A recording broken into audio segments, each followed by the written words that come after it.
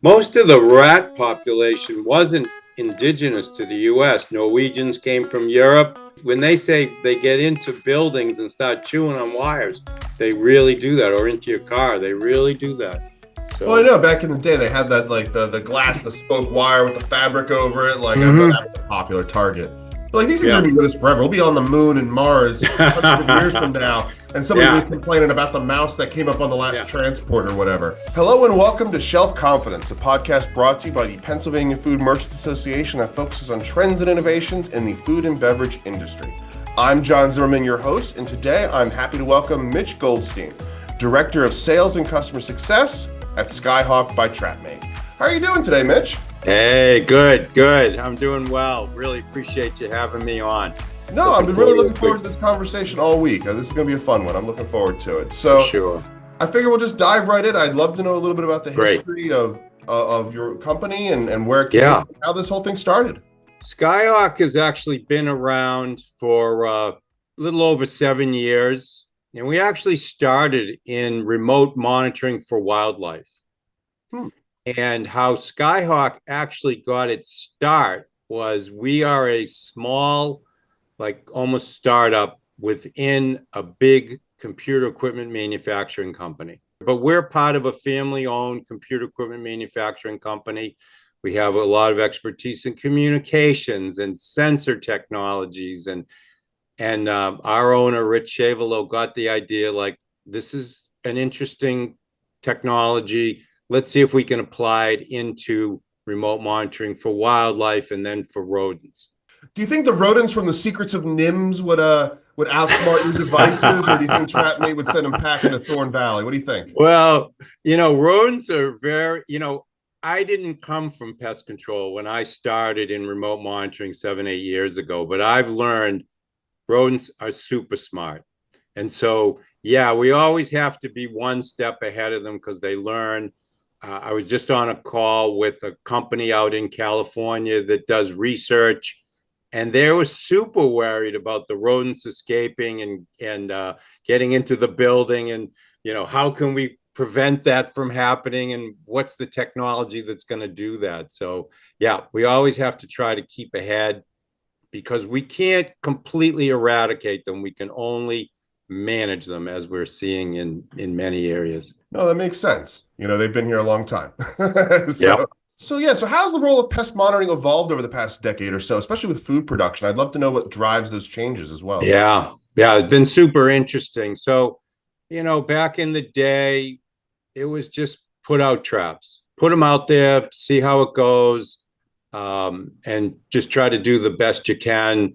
And then, more technology was developed, but also more training for pest control professionals, and more, the auditors also got involved in a more detailed way in pest control. But really, as technologies developed for ourselves, like with iPhones and data transformation in many other industries, there's also been that transformation in pest control. And that directly relates to production, food production, into storage of different kinds of stored products. Depends upon what your business is, in distribution centers.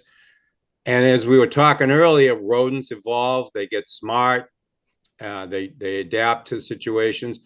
And so now technology has really arrived in pest control, but also lots of data, and the need to understand the data and to make sure you understand data all across the spectrum. Don't leave a hole in your pest control program because it's a risk, right? We all want to look at risk to our production, risk to our plants, to our stored products, because it's expensive.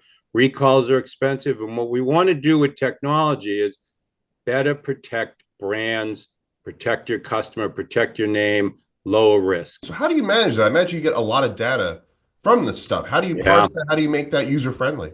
So when you put sensors, it might be good to take a step back and sort of, so what you do is you have traps that are out in a facility, that are outside the facility, and those devices do different things, right? On the outside, they kind of monitor for where the pressure might be. They been traditionally putting rodenticide in there. That's starting to, we want to use less and less rodenticide. Not only is it costly, it's costly for our wildlife that gets, targeted inadvertently. So the less rodenticide, the better, but you need to monitor where the activity is so you know how to react appropriately. So when you put sensors, and that's what we do here at Skyhawk, we create sensors that go on different devices, but those sensors now give you data, give your pest control professional data of where actually the pressure is. When you have that data, you understand the risk to your facility from a pest control perspective. And that also goes for the inside. You have devices that typically have been on the perimeter, but technician, when they go into a plant, spends 80% of their time checking those mostly empty traps. But when you have sensors on those devices, the technician's spending less time checking traps. They know exactly what's going on with those devices, and then they're generating data. And the data goes into reports for auditing, but it also goes into heat maps that actually are color-coded charts almost that show you where your captures are, where the pressure is, and now your program becomes more prescriptive and more enhanced. So you're actually looking at the risk to the plant when you're doing your site visits from a pest control perspective. That makes sense, especially for our visual learners out there, myself included. Good to see. Pictures worth a thousand words. 1,000 words. It's so true. So, obviously there's many tiers of operators. Like we have small retailers, big big operators, small operators. Like how would a smaller operator navigate something like this? They might, be using some of these more traditional methods and might be on the fence maybe. Like how would they navigate this? Yeah, so I think that's another great question. So remote monitoring traditionally, and I've been doing this for a little over 7 years, it hasn't been available except for larger companies. And they could be a single plant, they could be multi-plant.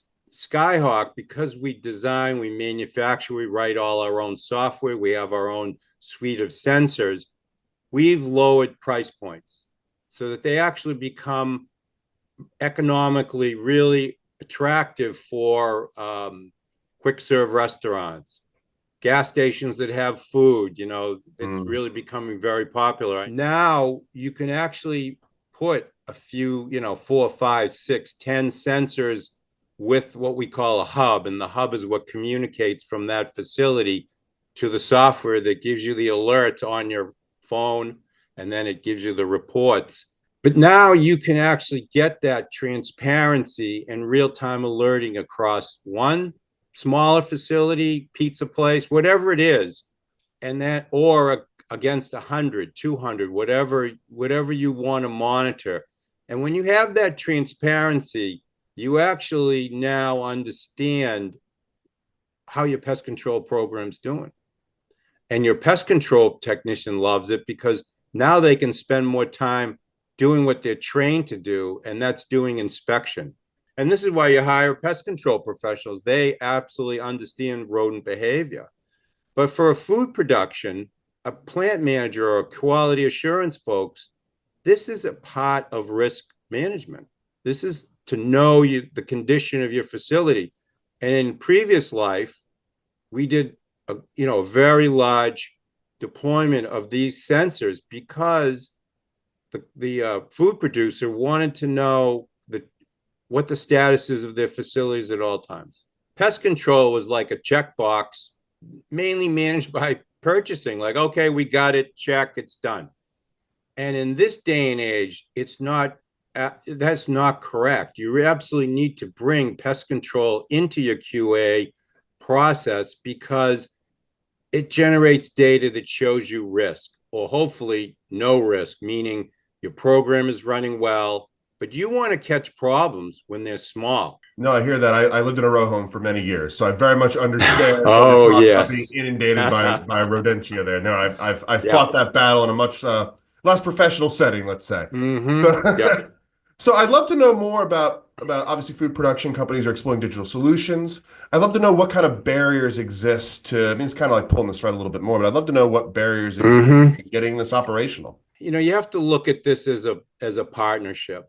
right? It's a digital journey. I don't mean to, make this too dramatic, but we've been dealing with pest control companies for a long time, and we want them to adopt remote monitoring because it makes their pest control program that they offer food folks more effective. But in that, people need to be receptive to change. So you need to have a relatively strong top down and bottom up approach, right? You need to have some leadership that will want to have data, or at least allow their folks, meaning the people that run these facilities, to have that data, because they want to protect their brand, they want to protect their customers, and they want to empower their staff so that they can troubleshoot and find root cause. So I'll give you some examples. Please. And it sounds kind of crazy, but rodents, as we mentioned right in the get-go, are super smart. They adapt, and you need to be able to adapt with them. So when you're remote monitoring, you actually have a visual picture of what that activity looks like. And when you have that, you now can better protect your plant. So what does that mean? That means the building structure changes. Maybe there's some door sweeps that are exposed. And because if you have remote monitoring on either sides of the door, let's say, you would see captures at certain times, and then you could start to bring it right to that location, do a quick inspection. You'd see that there's some door sweeps. I mean, that's a kind of a silly example, but also supplier management. We have folks that bring in seeds, cocoa beans, and sometimes they bring them in bulk in super sacks. And you're not exactly sure what's in those super sacks. So you put them out and rodents run out. We see that at big DCs where they're bringing back stuff also from their stores, the recycling, which rodents love to get into, might sit out there for a couple of weeks. Or they're bringing back, returns, and they might sit around for a while. You don't want that in your store anyway, because you need to, anyway. So because you get time and date stamp at a capture, you can actually see when that supplier came in, when that capture came, and you can start to think, is that a problem? Also, cross shipments. I see that a lot. You're only as strong as your weakest link. And in some plants, I was out in the Midwest not too long ago, they pet food manufacturing, and they received some, product from another plant that they had an insect problem. They had a rodent problem. And that was, they were basically transferring rodents and insects from plant to plant. And that was causing some problems. So you want to find these things early. You want to be able to do root cause, and you need data to do that. No, that all makes a ton of sense. Yeah, heat maps, data, which kind of brings me my thought here is like, so we're talking about different kinds of sensors here, essentially. Yes. Traps I hear, sweeps I hear. Set me through how these sensors rather all interact and kind of upload to the cloud. I'm curious. Yeah, that's great. So we have sent different types of sensors that go onto different types of traps. So we're trap agnostic, so people don't have to throw away all their existing traps. And there are sensors that detect motion. There are sensors that detect vibration. We have door open, door closed. We have heat, humidity, water sensors. The myriad of sensors that you would expect, again, to provide you the data. We like to start with rodents because that's the biggest issue. But as people get more comfortable, you can add in more capability. I always like to say crawl, walk, run. Don't try to boil the ocean. Start generating data and see how it benefits your organization, and then expand as needed. We don't use any third parties really for any part of our process. So we have hubs. We call them hubs. They're basically the devices that talk to the sensors. So everything is battery powered.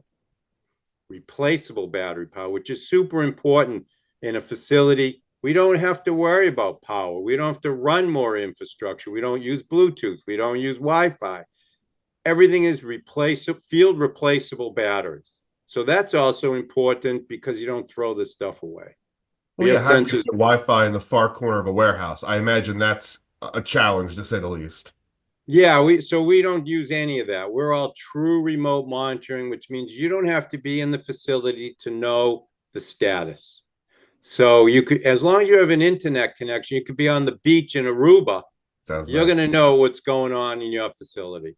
When you have a traditional trap checking service, these folks, your pest control companies, basically trap checking. That's it. They come in, they spend 80% of their time walking the trap line, checking mostly empty. That's not real pest control. That's not looking at the risk of the plant. That's commoditized trap checking. But when you have remote monitoring, that technician is spending, looking at his or her device before they even come into the plant to have a game plan. They know exactly what traps they need to go check. And of course, for auditing perspective, you want to check a certain amount for auditing perspective, but all that data, the status of the traps, when a capture was had, when it was serviced, battery levels, all is automated and created in reports. So when your auditor comes, you push a button, there's your verification report. But what you're doing is you're getting the technician and your pest control program elevated, meaning it's doing what we call enhanced integrated pest management, meaning most of the technician's time is spent not checking traps. It's actually in the plant looking at risk, doing inspection, looking for conducive conditions. Because we build everything ourselves, we can really push the envelope based on inputs from customers. And I think that makes it a little more exciting for folks. And also, it helps food folks, production people, people who manage DCs, even, and again, I want to stress quick serve restaurants, super important, particularly if you're in an urban area. Get these devices up into the drop ceiling so you know exactly what's going on up there. And so, there's more than one story of a rodent dropping out of a drop ceiling. You don't want that. This is all about transformation and upping your game, protecting your brand, lowering your risk. And you want to associate with that from your pest control professional. We work with a lot of folks. There's folks in the area, in that, Pennsylvania area that are really awesome. And we partner with most of them. And it's a partnership, true partnership, where we're listening to them, evolving our product because it's a hardware, it's software, but they're also providing a better service to their customers. I was in Jersey not too long ago, and I know it's a little bit away from where you guys are, but it was a processing plant for certain kinds of to make certain kinds of juices.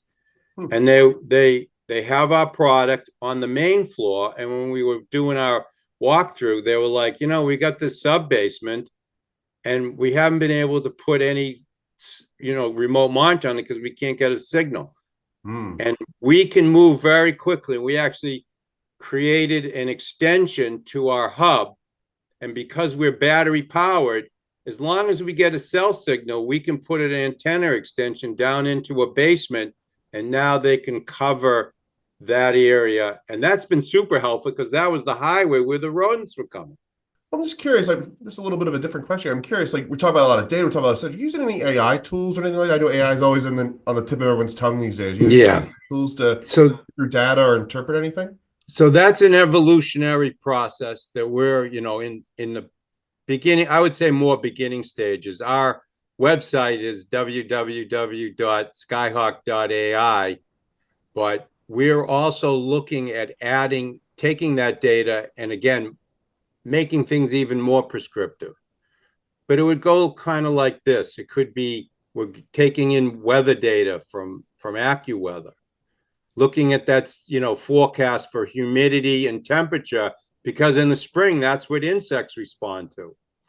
Also, in the fall, it's getting cold. Those rodents want to come inside. Yep. And so, and there's going to be a lot more data, as we mentioned. We really see ourselves in the center of this hub and spoke, that we're a digital pest management platform. And as I mentioned earlier, we're looking to create insect detection. We're looking to, again, provide more prescriptive. And so AI would help that. Hey, if you're using our door open, door closed, hey, this door's been open for X amount of time, let's let people know. But it's more detailed than that, in the sense that we can take data from lots of other sources and then help to drive even more effective program. So those are things you'll start to see later on in 2025. Well, that's exciting. Yeah, I know everyone's talking about it. It's in the news every time I turn it on, somebody talking Yeah. about it. So, in your experience, what are some of the most challenging? In your experience, what are some of the most pressing challenges the food production industry faces when it comes to pest monitoring and control? I mean, there's quite a few, but I think the most important ones, again, are really feeling confident that their plant or facility is in a good shape.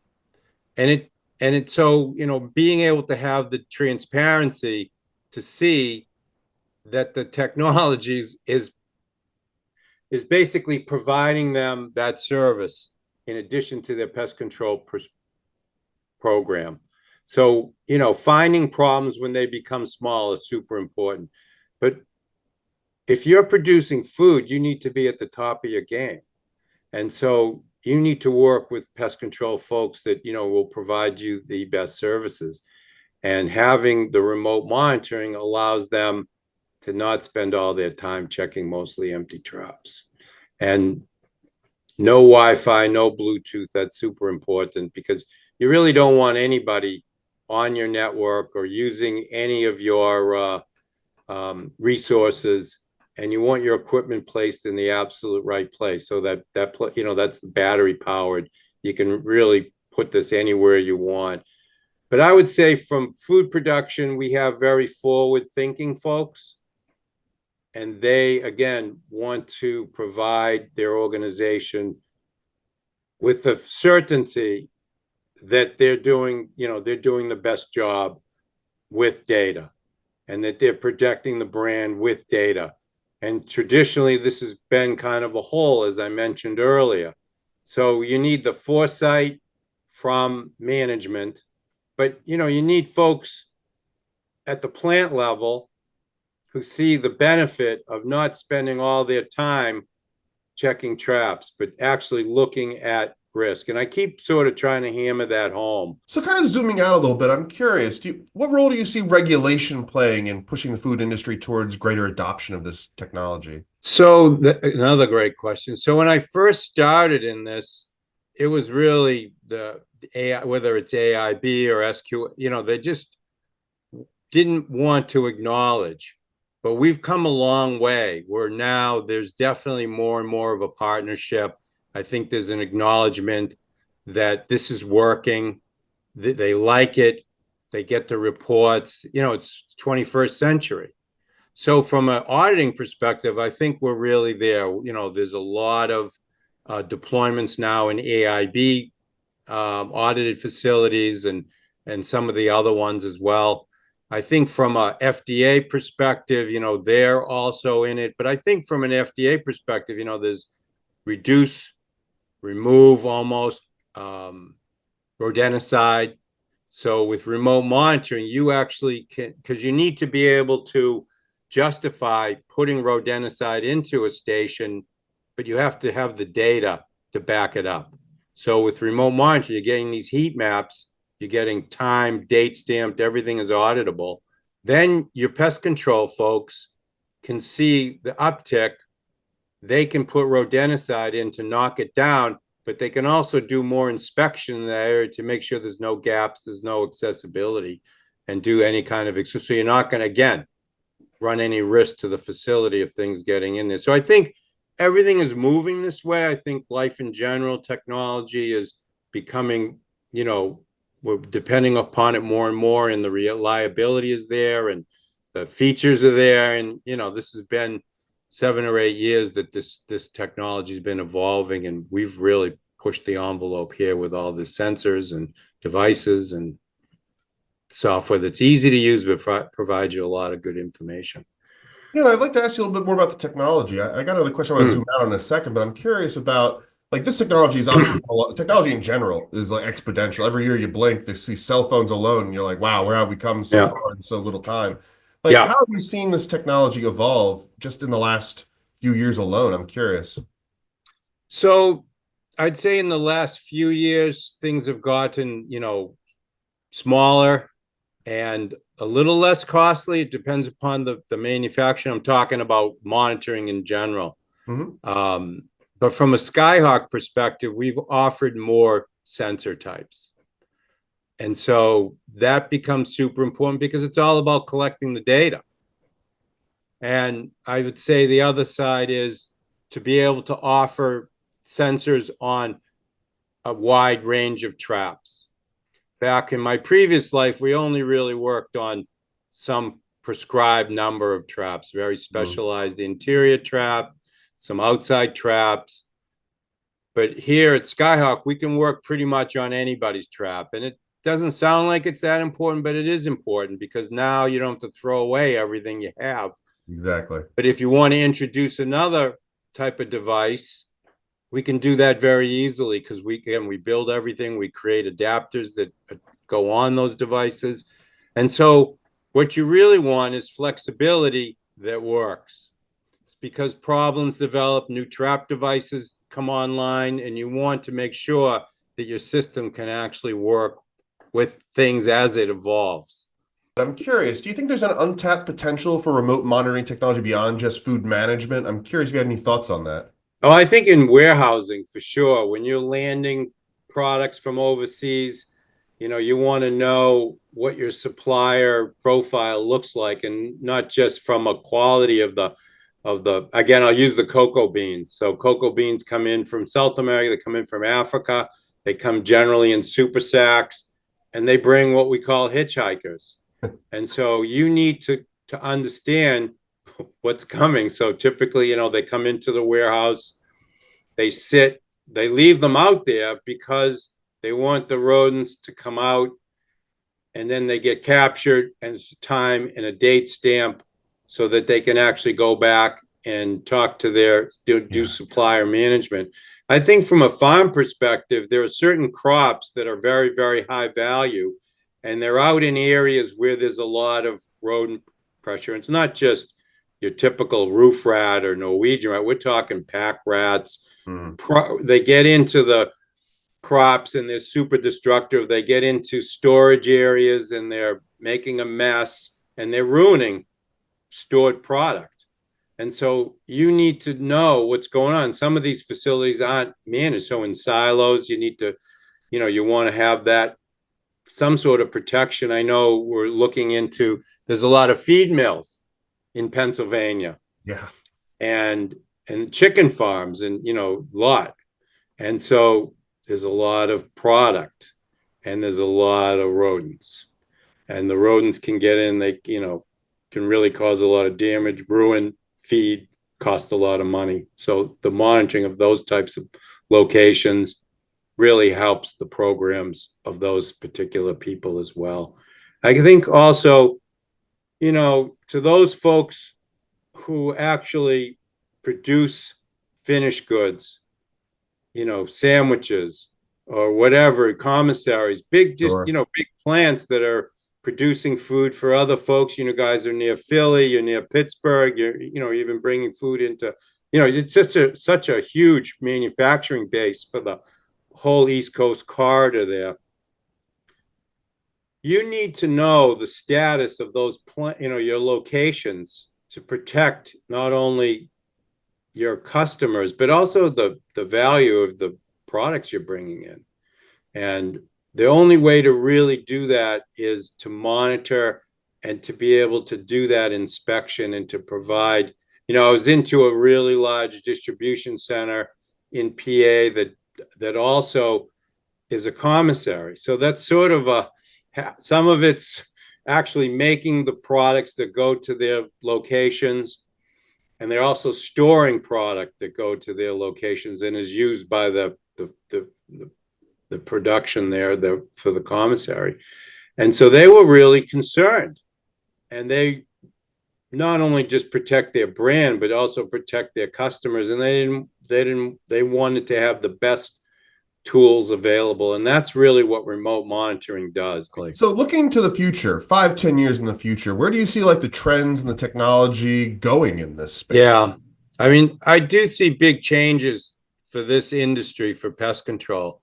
And it's been slowly happening, but it's starting to really accelerate. I think the young folks that have come into it over the past few years, they're super comfortable with technology. They want technology. They want the data. So what we really see is a shift to the technology doing the surveillance, meaning you're going to deploy sensors. Right now, they're attached to a trap or a device. That will continue, but what those traps and devices look like and how the sensors are integrated, that will change. I think insect monitoring will really evolve. I think what you were mentioning earlier, AI, machine learning, that will also evolve so that we're bringing in, as I mentioned earlier, weather data. There could be all kinds of predictive technologies that we integrate into it. There will be other sensor types, no doubt. But I think from a Skyhawk perspective, we have the enabling sensors developed: door open, humidity, temperature, infrared. I think we'll bring, different types of, again, insect monitoring. So you really have that 360 view of all the possible risks from a pest control perspective into your facility. No, you got me thinking. I mean, imagine as climate changes, things get warmer. I imagine, thinking about the insects. I mean, they're moving further north. We see this with invasive pests and everything else all the time. Yeah, that's a great point, and that's why we're heavily investing in insect detection. Partnering up with one of the the top pheromone and attractant companies. And we're trying to co-develop a device that would alert for specific types. And again, it could be, roaches in the city. It could be, different kinds of stored product pests. And if you're a bakery, you got to worry about these things. If you're a distribution center, you got to worry you're handling food, or dog food, even big attractant for rodents. So you want to have these sensors in these facilities, but yeah, we're constantly looking at how to bring in a new trap types. Again, I mentioned we created this harborage box that doesn't use rodenticide. You could leave it out for a long period of time, put it up in the racking, put it up in the drop ceilings, put it in below your, we just did an installation at a pretty big grocery chain up here in New England. So they wanted to put devices inside the shelving, but they wanted to know where, the alerts, the statuses, and that's what where remote monitoring excels at. So surveillance, that's a big piece of this. So with all the expertise in remote monitoring, have you ever given any thought to setting up a system at home to see who's stealing snacks out of the fridge at night? That would be a great use case. Yeah, I've given some thought to a little ear tag type device that would go on my favorite cookies and there you go. Ice cream. Get your hands off my snacks. Yeah, exactly. Yeah, we got to defend our sugar snacks for sure. Well, thank you so much for taking the time to have this conversation with us. I found this Pleasure. super relatable and really enjoyable. I mean, Great. We've all had that moment where we're like, oh, there it is. I got to get some traps. So this is a good conversation to have. On the show today, we had Mitch Goldstein, the Director of Sales and Customer Success at Skyhawk, makers of Trapmate. We really appreciate you taking the time to talk with us. Thank you so much. If you're interested in learning more about Skyhawk and their signature product, Trapmate, visit www.trapmate.ai. Thank you for tuning into Shelf Confidence. If you enjoyed today's episode, please subscribe, share, and review us on Apple Podcasts, Spotify, or wherever you get your podcasts. Until next time, I'm John Zimmerman, and this is Shelf Confidence.